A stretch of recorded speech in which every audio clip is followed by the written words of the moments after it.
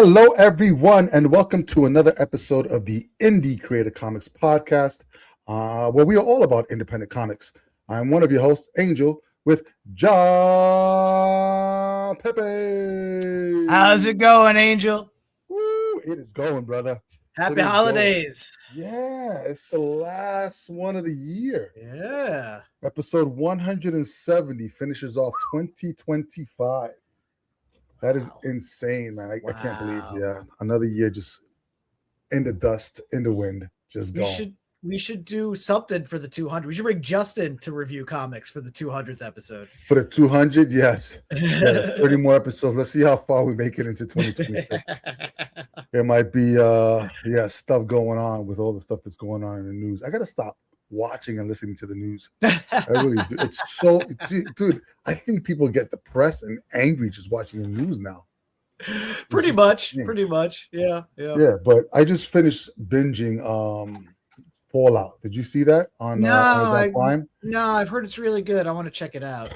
So I played the game for a little bit. So there was some familiarity there, but I'm just thinking, like, if you don't watch the news, then you're subject to just listening to when something hits the ground, and then you have like less than whatever minutes to get away. That's true. That is true. Yes. And whatnot. But if you listen to the freaking news and watch the news, you just grow more angry every day. Because you almost feel any second now something's going to hit the ground. That's part of it. Like, with the content, you know what? It's like 24-hour news cycle. That's the original content creation. You had to fill that time, and that's sort of where we are now. Yeah, I like back in, like, it's not even that far back in the 80s.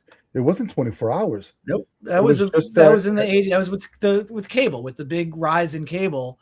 And I think CNN was probably one of the first, if not the first, You probably had C-SPAN doing just, broadcasting live from like sessions of Congress and stuff like that. But yeah, it was crazy. Remember Court TV, right? They was like 24-hour trials of the traffic violations and domestic assaults. And now it's like, maybe if it's in a 24-hour day, you get the news cycle that repeats itself. So you probably get maybe an hour or two of actual news, and everything else is opinion pieces. Oh God, yeah. It's still called news, which is insane. But yeah. All right, we're going off on a tangent. I'm showing my age over here. All right. Fortunately, we are in that period where there's nothing going on and nothing happening at the end of the, for the end of the year for big news. So we could breathe a little bit easier, right? It's like nothing really big happens around the end of the year. No. And the same thing goes for, the comic business. So, we don't expect a lot of number ones, which we don't have coming up this week. So this is us kind of like recapping what's pretty much finishing out the year when it comes to just the reviews. So this, like I said, will be the last podcast for the year. When we see you guys again, it will be January 5th. Insane, of a brand new year. And we'll do sort of our recap of 2025, along with probably the top 3 books that we read in 2025. We'll see if what we're not going to discuss before we meet. So let's see if John and I have similar tastes in regards to the books that we pick. I know definitely at least 2 that I'm probably picking. Right on.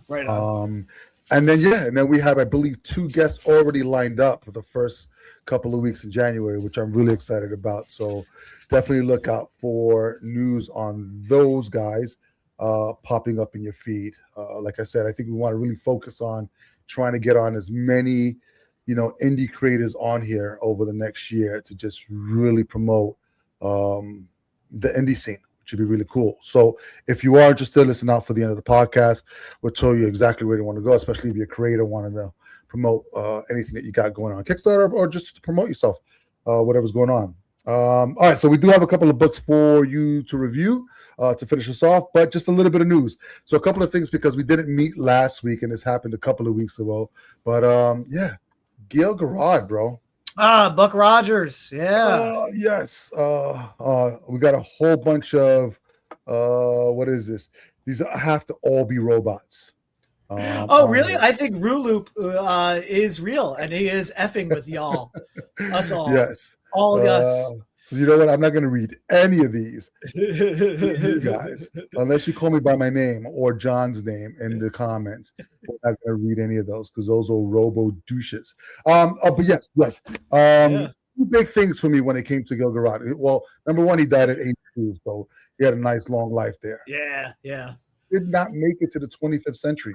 He did not. No, he did not. I always found I love that show as a kid, but I've kind of tried to watch it recently, and things land differently, I think, when you're a kid versus now.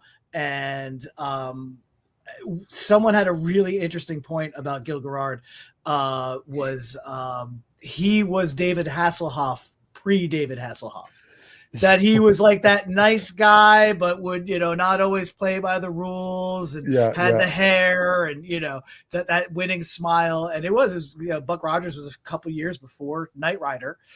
So he kind of paved the way for that sort of type of 80s star. There's no doubt about that. One of the things I love about Buck Rogers, the classic comic strip, is because in the show they modernized it. I think he was an astronaut blasted into space, winds up in the future. In the comic strip, he's like a miner, right? And he's like coal mining or whatever, and he hits some gas that knocks him out, and then wakes up in the 25th century from 1930. And what cracks me up about that is, how did he eat? It was in cryo, bro. It was the cryo gas or something like that. The cryo gas. The hidden pocket of cryo gas. That always cracked me up when I saw that as a kid, when I was discovering the differences between the show. Yeah, he wasn't emaciated or anything. He just came out looking regular and stuff like that. Hey, I'm just waking up for 500 years of sleeping. He gets found on an archaeologist, dead guy. I didn't even watch that show for him because I was like, what? I was 7, 6. It was always Twiggy. He was just walking around, the robot. Beady. Yes. When I got a little older, it was Erin Gray. And her tight pantsuits, those shimmery pantsuits, and then the Hawkeye, because I'm a big Hawkman nerd, so even as a kid, there was that guy Hawk on the show, the guy who was like a Hawkman. He was kind of neat. Yeah, it has some characters. Yeah. But he did two major things. That was one. That was Buck Rogers in the 25th century, and then I don't know if you remember the show in the late 80s. I think it was only on for one season, called Sidekicks. That's right. That's him. And Ernie Reyes. Yes. It was favorite. Dude, it was the most impossible concept because it was Batman and Robin, right? Basically. Mm-hmm. So you had a cop walking around with a little kid. This little kid. Solving crimes. It was it had to be the 80s because there's no way you get away with that now. That was, because that was that's the epitome of child abuse. It was post Temple of Doom, if we're looking at it like that. Yes. Right? Yes. But it was very much a but he wasn't in Temple of Doom. No, he wasn't. But that trope, that trope. Yes. That older white guy, small Asian sidekick. Yes. Literally. But that show is also very much like Green Hornet and Kato, where the kid Ernie was the more competent of the duo, especially when it came time to fight. And that's what you were watching that show for. And Gil Garad was just there because he was that likable, older character. Yes. So, being the straight-laced cop with the funky kiddo. Yeah. I love that show. It only lasted one season, but it was fantastic. And stuff like that. But he passed away 82, long life. So God bless. But it just keeps reminding me that people are they're leaving. All right, next bit of news. I don't know if you heard about this, but the possibility of Mark Millar being out of his contract with Netflix. Really interesting. Yes, I think he formed something called Mark Millar Productions, and he's got a couple of things that he's working on that aren't part of Netflix. Something, and there hasn't been anything with his latest thing. I think the last thing that I actually saw of his on Netflix was Super Crooks, which was the animated series. Old Guard 2 came out this year. But that's not his, is it? No, that's Greg Rucka. That's right. Yeah. That's Greg Rucka. You're right. I think the last thing was probably Super Crooks. Which was... That was after Jupiter's Legacy. Correct. Which failed. Yeah. Yes. So I think they might be on the outs, or his contract might be up and he's, doing his own thing again. So I think he has 2 more projects that are coming out that have nothing to do with Netflix. So it's interesting because he had a whole library of stuff. I would have loved to see It wasn't Magic Water. What's the one with the vampire kids? Nightclub. Yeah. Nightclub. That, I think that actually would have been a really cool series. Well, that was, I think it was maybe early last year or the year before, when Dark Horse scooped up any remaining Millerverse titles from, I think Image was still holding on to them, so that they could have all of their licenses under Netflix could have all of their licenses under one banner, right? Under one publisher. But yeah, like that contract really didn't yield too much. And I know Miller still has designs or desires to do some Superman something that he's always kind of teasing or kind of like, putting that kernel out there.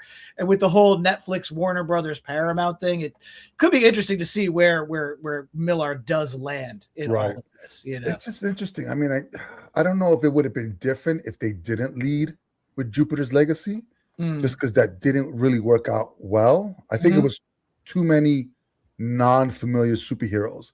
I think if they would have went with something like Nemesis or Superior, where, I mean, Superior is, I reread it again. I completely forgot about the freaking evil monkey astronaut. Yeah, literally the devil just offering him a piece of, what he wants for his soul. I think that's such a cool story. I think if they probably would have got away with that. I think that would have went over, and that would have been in a 6 to 8, mini episode series, easily.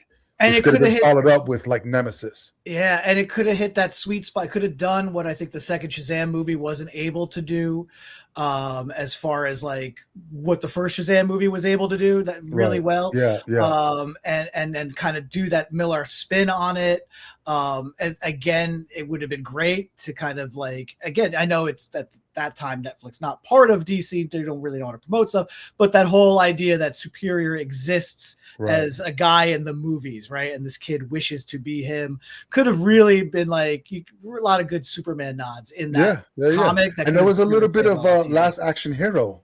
In that as well. So because you actually had the movie star who was actually still alive, so it could have been.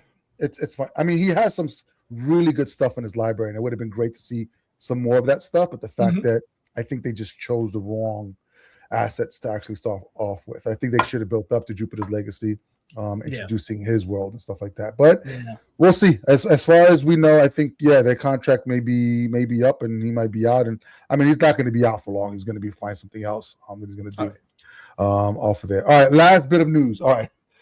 We're getting more information trickled in as to what's going to happen with the first Saturday in May. And right now, it looks like it's going to be broken down into 3 events happening all in the same day. Now, that's just going to be a clusterfuck of just a nightmare. So right now, I have 3 titles. You have the actual Free Comic Book Day that's still owned by Universal or whatever it is. And then you have First Saturday in May. And then you have Comics Giveaway Day, which is I don't know. So it's all tied up with different companies. So I think right now PRH is still in negotiations with Universal as to whether or not they're going to do Free Comic Book Day with them or they're going to do their own thing. I think Lunar is doing their own thing or has a series of people that they distribute that are doing their own thing. And then there's another group of publishers that are doing their own thing. So we just don't know how solicitations are going to work, number one. And are you going to have 3 bits of signage up for the entire? No. One signage, putting the initials of all of these in there, and just basically just like, for fuck's sake, let's give away free comics this Saturday. I mean, I feel bad for the retailers because it really does them a disservice. I think from the consumer end, there's not going to be much of a difference, other than what they're going to see as a title on the book. So I know I saw some already titles that said Comics Giveaway Day on there from some books, and then obviously you have your Free Comic Book Day logos with whoever's going with Free Comic Book Day, and then you might see another logo somewhere else. I think the headache comes in for retailers in regards to, when are they going to purchase their books? is it going to be the same deal that they got with, Diamond on the Free Comic Book Days as far as the prices are concerned and stuff like that? So is that going to affect the amount that they're going to actually order? So are they going to order from one launch more than others and stuff like that? So it's just it's stupid, and it just does these guys a disservice. It makes it really disheartening for, I think, the retailers to actually want to do anything. And I think it's more complicated. I think maybe confusing for the customers, so they just might be like, oh, whatever. That if it's the one day, customers won't notice that much. Right. The only thing would be if a store decides to only do one of the three or two of the three, and then there would be confusion or disappointment on the customer end. But as far as your general normie, the people that bring their kids for something to do on a Saturday and get some free comics, like they don't care. They don't know. Yeah. They don't know. Yeah.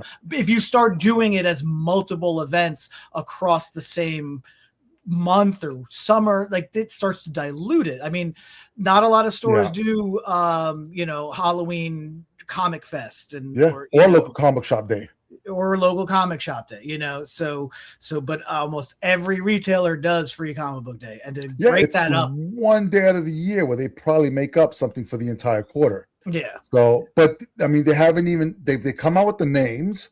They've kind of like split themselves up into different publishers going to different facets. But I think there's even more where some are going to have different rules for how it gets rolled out, which then it'll be a clusterfuck. Mm-hmm. So I'm just hoping that it goes all back under one banner, or it's just, I don't know. It just sucks that we'd had, over 20 something years of this, event that people were looking forward to, and now it's all up in the air. Mm-hmm. So as we get more information, we'll definitely hit you guys up and let you know what's going on with that, especially when Len starts to do solicitations for it. It's going to be interesting to see if this is going to be one for Lunar, one for BRH, one for all these other guys that are doing their own thing. So we'll see. My concern is the back end, what the costs are going to be, because I know it's funny because most people don't realize that Free Comic Book Day, yes, you get free comics on that day, but the retailers still have to pay for those comics. Mm-hmm. It's substantially, discounted, but there's still a price tag to it. So whether or not that discount becomes less, that just means that retailers are going to be buying less. Right. So that means it ends up hitting, I guess, most of the people that come in that day, they may not get a book. That's exactly, yeah. There may not be enough resources for it. So think about if three different events have three different discount breaks too, so of course a retailer is going to go with the one that's going to be more cost effective and pull more people. It's which means retailers may not purchase certain books.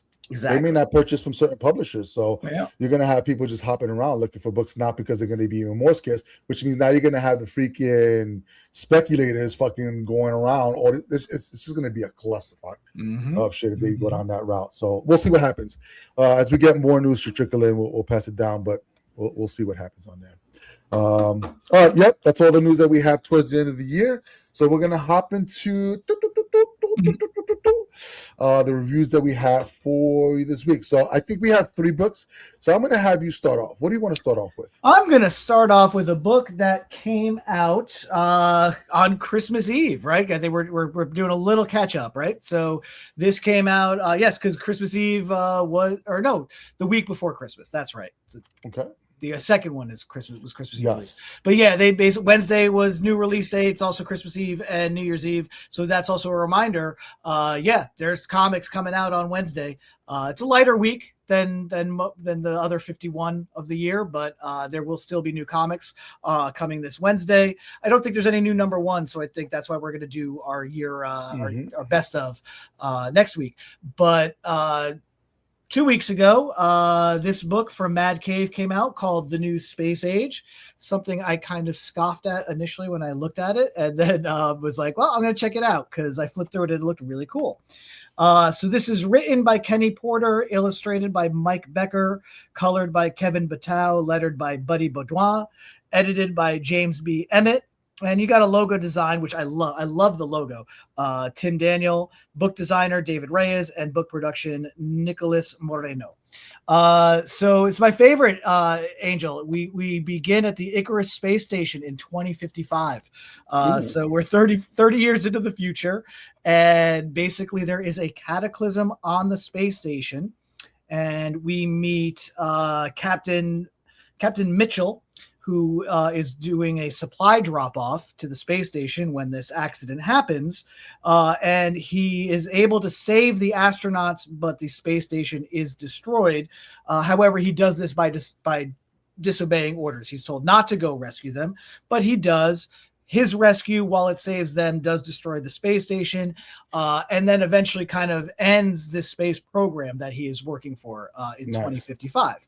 So now here he is, kind of without a job, a little aimless, and through his narration, we realized the reason he wanted to go into space was because when he was a kid, we learned that his brother was seemingly abducted. Having to do something with a crop circle, really neat bit where like the brother is standing in the middle of the crop circle and he's like, oh, this is interesting. It stops here. There's a gap and then it continues over here. And so like with a stick, he closes that gap and then boom, all of a sudden he gets like sucked up into outer space with Captain Mitchell here, young Captain Mitchell, watching this happen. So his whole reason for wanting to go into space is so he could find his missing brother, because he believes he's out there somewhere. He also, growing up, has a best friend. Her name is Stacy. She is always been loved doing magic and card tricks and things like that. And she's grown up to be a big sort of David Blaine, Chris Angel type magic performer. Right. And she also, while she wasn't there, she was also affected by, her friend's brother's abduction. Nobody believes, Mitchell that his brother was abducted, by aliens, but she does, and she, So they just think he's missing. They just think he's missing, or he ran away because there is an abusive father in the picture as well. Okay. Right. That's why he was protecting his younger brother from the dad a lot of times. Right. And so a lot of them are like, oh, well, you're just covering. He ran away and you're just covering for him. Why they let that go and didn't really kind of pursue that further on as he goes into adulthood, not really covered, but that's your backstory. Right. So so Stacy, in learning her magic for her stage show, has come across some ancient runes and this ancient book, some real hard magic that she experimented with and didn't really work out. So she kind of was like, I'm putting this away. But when visiting, Mitchell happens to see this and he steals the book. And then he realizes the runes in the book kind of match, some of these crop circles, especially the one that he saw when he was a kid. Right. And, because he's been trying to recreate this crop circle experiment now that he's, got no job, and he's kind of still trying to find his brother somehow in space. And he realizes he's basing this all on science. The missing element is actual magic. So he merges science and magic together, and all of a sudden this crop circle thing works, in his experiments. So he landed on the secret sauce that's going to basically, he thinks, help him find his brother. Nice. And of course, Stacy comes along for the ride. So that's sort of your setup in this issue. It's a great first issue. It's very, especially you can see from the cover there, very Silver Agey in concept and look. Right. A lot of the designs, especially with Captain Mitchell as an adult, are very, to me, reminiscent of almost like The Incredibles or Tom Strong, right? He's very top heavy. Oh, yeah. Big guy, big heart, right? That kind of thing. That's him punching out his superior after he got fired. So really, I really liked this sort of Pixar-esque design sensibility. Here's Stacy explaining, working with the runes. Oh, I like that. Yeah, it's just really nice panel layouts, really, really, really nice, vibrant colors. Especially when you see these crop circles in action. I'll show you, because it's a great. This is the brother getting sucked up. That nice. Great shade of green, which again, you don't get in his failed experiments, but then once he combines the magic, that color comes back. So it's really cool. really cool first issue, great setup, really fun, very all ages. Like there's nothing over the top offensive, but just really neat. And I love the idea of combining science with magic. And that's how he's going to find his brother. And it looks like by the second issue, he might find his brother. And then we're going to kind of find out where he's been for these 20 some odd years. And it looks like there's going to be some really cool adventures. And I could see this going, pretty far, because again, the old space age has ended at the beginning, and he's declaring this the new space age. Gotcha. Because we're using magic and science together. So really neat concept, really fun. Highly recommend it. Mad Cave, the new space age. Jump on board. It's good. Mad Cave's been they've been putting out so much lately, which is crazy. But I like their stuff. I'm still reading Kill All Immortals, which I believe is from them. They're on their second volume. So yeah, they got some good stuff. I was going to pick that up, and I don't know why I didn't pick it up, and now I'm going to have to pick it up because it sounds really good. That's right up my alley, and stuff. So, all right, go check it out, guys. New Space Age from Mad Cave Studios. All right, my turn. All right, woo! He's back. He is back. Barbaric, the Long Death. So yes, this is not the first time that we've reviewed Barbaric. What's really cool about what they're doing with this particular series is they're doing 4 to 5 issue jumps at a time, so you get a full volume or full story arc, and then they stop, and then they have the trade come out, and then they do the next volume and shit out. I think they had a one shot in between. I think there's actually almost between each mini, because I think the first few minis were like 3 issues, then they jumped it to 4, now 5. Yes. But almost in between each one, I feel has been a one shot. Yeah. Maybe not exactly, but also there was another very short mini, the Queen of Swords mini, which I don't think Owen appears in, but that follows another of the characters. So there's this world that they've been building for like a few years now, which is great. Yeah, so this is actually the start of volume 5 in this particular series. So really quickly, just the creative team, you have the writer, who's Michael Moretti, artist is Nathan Gooden, colorist is Fabiana Marquez, and then letters by Jim Campbell. And they pretty much had the same creative team from the beginning. The only person that's changed is the colorist. So the colorist did the last volume, and before that, I think it was Addison Addison. All for that. So if you don't know what this is basically a barbarian named Owen. Love it because it's a contemporary name for a barbarian. And they don't speak any of that. And I know we said this before. Any of that freaking Thor language is all contemporary language.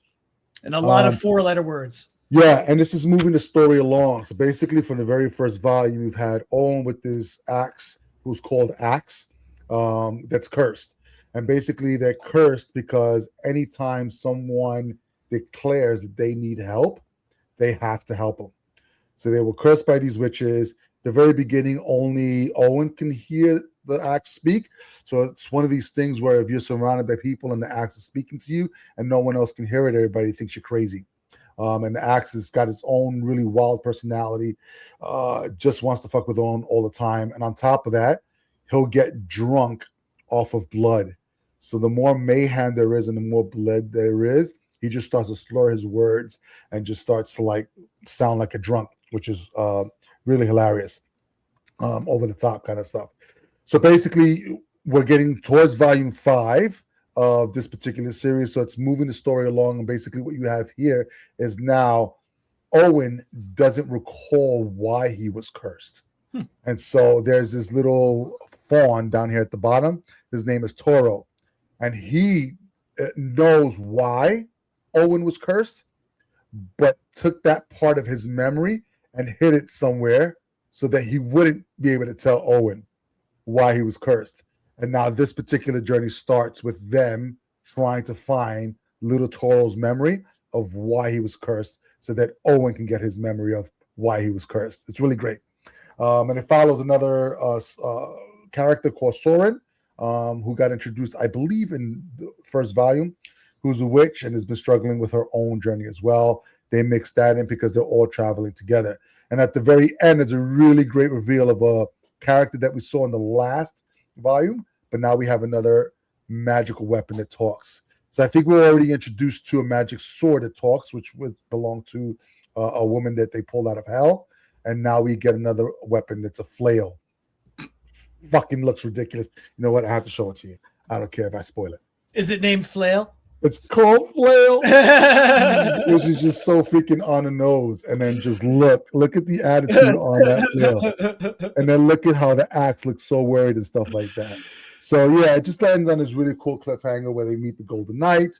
Obviously they're gonna fight or something's gonna happen there, which is pretty cool. So this series is just great. The only thing that I found with this, I don't know if there's a copyright infringement, because if you look at the cover, what does that beast look like? Oh, look at that. It's just different enough. It's From just Pitch Black, different right? enough. Yeah, but it's just Like, different enough. That was the first thing I thought, and I was like, what the fuck are these guys doing? But if you say it's just different enough, then I'll take it. But the creative team on this, I mean, they've got it on lock. They know what they're doing. Panel layouts are fantastic. The story moves really, really well. If you're a brand new reader, you're going to mix some of the context, but you can follow the story along really easily. But a lot of the stuff that they're talking about in regards to the past stuff might go over your head. So it might be one of these things where it might not be a good idea. It might be a good idea to pick up the first volume of this just to get a little bit of history in, and then you can hop right into it. The only thing that I would say, I like Vault, man, but they're bold. So this is an issue number 1, and it's $6.99. It is kind of hefty, but hopefully the next issue is $4.99, and the rest of the series is $4.99. It's one of these things where, yes, we're moving into an age where tariffs are affecting things, and the margins for comics is already small as it is, and when you make it even more difficult and you have a price jump from $4.99 to $6.99, that's a $2 jump, and you're picking up 5-6 issues of different books each week. Whew, it starts to pile up. You can get into the $30-$50 range really easily. But with that being said, really, I enjoyed it. I mean, I like Conan the Barbarian is like all-time favorite. This is probably my second all-time favorite, because you do have a barbarian, but it's such a contemporary telling of the story that it's really appealing and relatable. At the same time, filling in that sort of like fantasy, that fantasy gap. If you're looking forward to it. So yeah, check it out. Barbaric from Vault Comics. Vault, chill with your prices, please. I want to keep reading your stuff. But Nathan, don't chill with your art. Nathan Gooden is a great artist, man. He does like the cartoony aspects, but then like the real visceral violent stuff really well. Like it all fits really nicely. Yes, and it's hard to mold in drawings for a lot of comic artists, but he does a really good job, and you know exactly what each one of the characters is feeling at any given time, whether they're angry, even sarcasm comes across really well, or and stuff like that. So yeah. He's really, really good. And then the new colors that they had from the last volume just picked up where the last one left off. So good stuff. All right, you have our last one, yes? I got the last one, yeah. Do it. So this is called Gray Lady. This is from Image. Gray Lady. And it is their basically it is another imprint from Image called Ninth Circle. Basically these have been a series of horror-based one-shots, and Ninth Circle, we haven't really touched on a lot of them, but Garth Ennis did a couple things already with this. I think the ones that he wrote though were like magazine-sized one-shots, and this is a regular comic size. But Ninth Circle basically was founded by Marguerite Bennett, Garth Ennis, Adam Glass, Joe Pruitt, and Ram V. And this is their newest offering. It's a one-shot. This came out on Christmas Eve. It is written by Mike Benson and Adam Glass. And Mike Benson has written Moon Knight and Luke Cage. Adam Glass has written Supernatural and Suicide Squad. Illustrated by Ken Lashley, also known for Suicide Squad, as well as some X-Men work. It is lettered by Juan Fernandez and Guy Major. And are colored by Juan Fernandez and Guy Major, lettered by Joe Martin, and edited by Joe Pruitt. So one of the things I love about one shots is you do get the complete story. And a lot of times, you know, a one shot will adhere to the entertainment adage, always leave them wanting more. And usually I feel like that always leave them wanting more kind of is, you know, once entertainment became commerce, it's like, oh, leave them wanting more so they can, they can ask for more, we can give them more, we can pay. And then now we have sequels and series and things like that. So Gray Lady definitely left me wanting more. I thought it was a really compelling story. I thought it was illustrated really well. Ken Lashley is very much, very much a Jim Lee inspired artist. Mike Turner inspired. He's kind of comes from that school. Very, very similar to like Tony Daniel. You know what his pseudonym is, right? What? Lead Killer. Lead Killer, yeah. Yes. Right. Yeah, right there on the cover there. So it's like, if you kind of like that image style art, this is really neat because it's not being done in an action scenario with lots of action and guns and fighting and things like that. It is a very quiet story that begins about a year previous. There is a family, a father, a mother, and a son. The son plays hockey and the mother is hockey obsessed. And it's funny because it kind of starts off, you see the word balloons and it's like, well, you know, the son's like, you didn't really have to yell at the refs so much. And you think, oh, it's the dad is like that. And it turns out the mom's fighting with the refs because of bad calls. So she's that kind of mother and very protective of her son. There is a car accident. One of the family, seems to perish in the car accident. You are now a year later and the other family members are having a hard time moving on. They give some of these reveals fairly early on, so I don't want to really go too much further into the plot, except for the fact that the mother is approached by a woman who has psychic powers and says, your son is in trouble and you need to save him. And so this, a nice counterpoint to New Space Age, where you have an older brother protecting his younger brother from an abusive father. You have a mother protecting her child against dark supernatural forces from beyond the grave. And I don't want to tell any more about this because I thought that each reveal was just done really, really well, you know, and the leaving me wanting more part feels like this was pitched as a longer work, or the idea that this could have been expanded on. Because if this could easily have been a 4-issue series or even an ongoing where you get that early reveal a little bit later, and then you get these adventures of the mom and the psychic as they're trying to make their way to save the son. However, being a one-shot, there is a great sense of immediacy and urgency that really powers you through to the end and the bittersweet conclusion of this story. There is room for more if they want to expand on either the psychic character or where the mother is at the end of this or where the son is at the end of this. I definitely think there's maybe more room to explore this world, but right now it seems like Ninth Circle are one shots. But this is really, was it a complete story? Very much a complete story. And something that, you can just kind of, it was great for the snowy day we had. You just settle in on because snow is a big backdrop in this. I want to show you some of the, so like this is like the boys playing hockey, in the snow. So this is a really nice, good winter. Oh, the art's nice. Yeah. Oh, Lashley just kills it. See, I don't want to reveal that. So just trust me that. So he did the interiors as well. Yeah. He did the interiors. It was nice. A little hockey at the beginning. Yeah, he's good. I like him. Yeah, so it's really, really well done, and it was just a really nice Christmas time ghost story. Look, they used to tell ghost stories at Christmas. That was a tradition. That's where we get A Christmas Carol, Ebenezer Scrooge. So it was really kind of nice to have that. if I'm not going to get more from this world, I definitely want to see more from this team.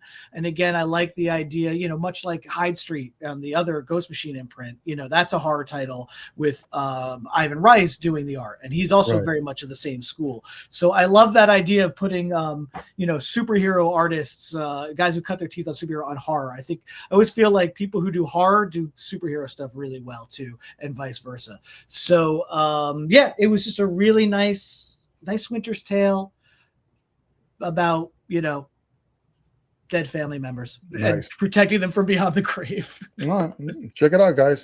All right, so you got 3 solid books for the end of the year. You got the New Space Age from Mad Cave. You got the next volume of Barbaric starting from Vault Comics, and then something from Image, the Gray Lady one-shot. You can explore that world. Do you know how many one-shots they're coming out with? At Ninth Circle? Off the top of my head, I could think of about 3 or 4, with this being the 4th. At least 2 of trying to name them, I can't.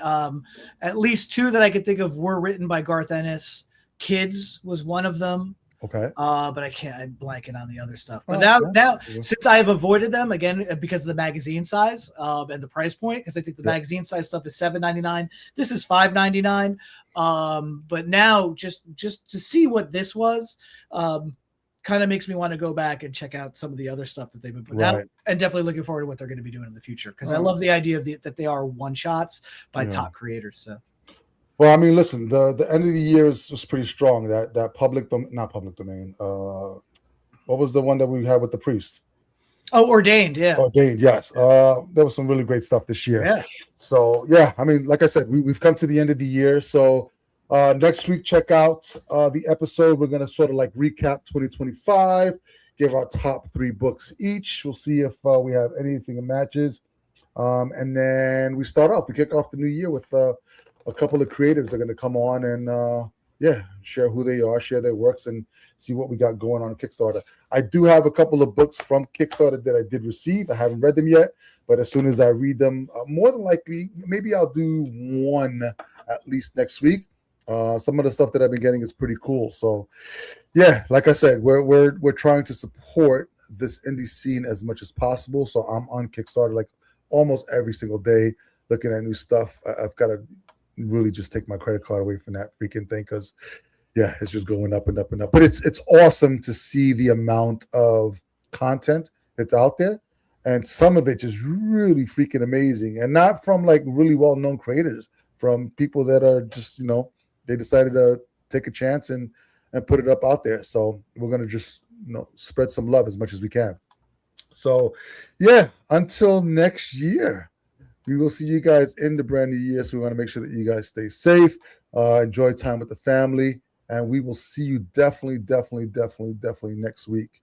So, if you like what you heard, subscribe to the podcast. Better yet, tell 100 of your closest friends.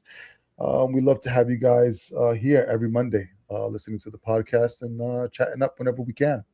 If you want to be on the podcast, you're a creator, want to promote yourself or a project that you have coming up, go to indiecreatorcomics.com, look for the podcast form tab, fill it out. John and I would love to have you on to speak to you about your creations. Follow us on all the social medias at Indie Creator Comics.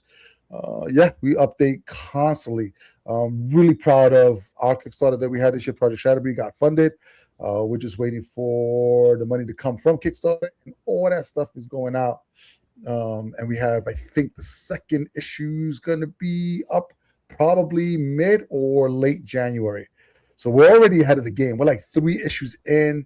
The first arc is 4 issues. So we're really looking forward to what's going on there.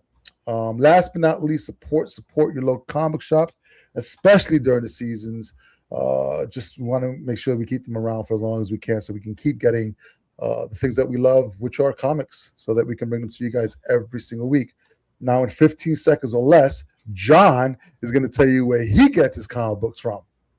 Well, I get my comics at the Joker's Child in Fair Lawn, New Jersey. And while we had some, stuff sell out for the holidays, we still got more stuff. We got more stuff for you to come and peruse and buy and impress your friends with all the cool stuff you got from the Joker's Child in Fair Lawn, New Jersey. If you can't make it to the Joker's Child, please patronize your local comic shop wherever they may be. But where will you find me in the new year? You'll find me at the Joker's Child. Oh man, that was good. I got to put you under pressure more often. All right, kiddos. Like I said, listen, have a very happy and healthy and safe new year, and we will see you on the flip side of the new year. So until next time, I want to thank you for joining us on the Indie Creative Comics Podcast, where we are all about independent comics.